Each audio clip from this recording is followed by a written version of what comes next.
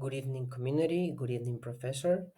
And this is going to be like my contribution to the video forum. What article did I like the most? The article that I liked the most was Clear, a suit for all seasons. And this is going to be like a summary of the article, which starts by presenting some definitions of clear and the practical and theoretical assumptions that underlie them.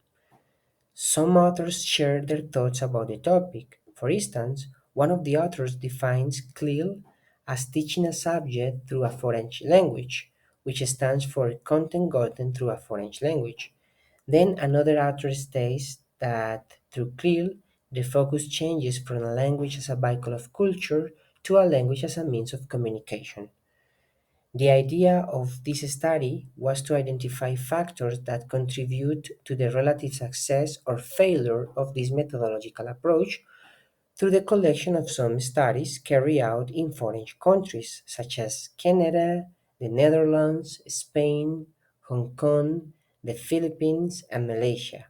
The study has identified several important points to be clarified for the teachers in order not to create confusion, among which are the need for strong competence by the teacher in both language and content, the difference between the use of content to learn an additional language and the true integration between the two disciplinary fields, which is achieved in part through the support and collaboration of the L2 teacher. And finally, the need for an assessment that takes both factors, language and content, into consideration. Why did I choose this article? I like this article for three main reasons. The first reason is that this article portrays a general point of view of the approach as it mentions the different definitions of content and language integrated learning, CLIL. The second reason is that it has neutral view of CLIL since it mentions the cons and pros. It mentions the dangers and how to cope with them.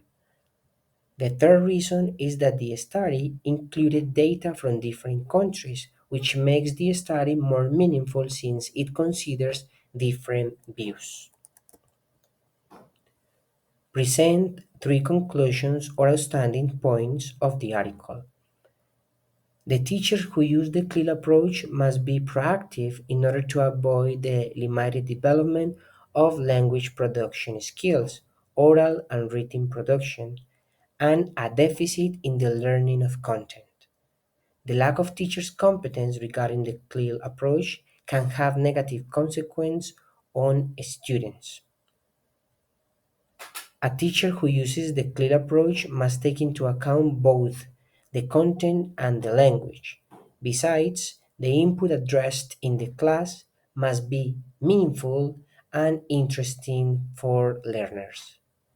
Thank you so much.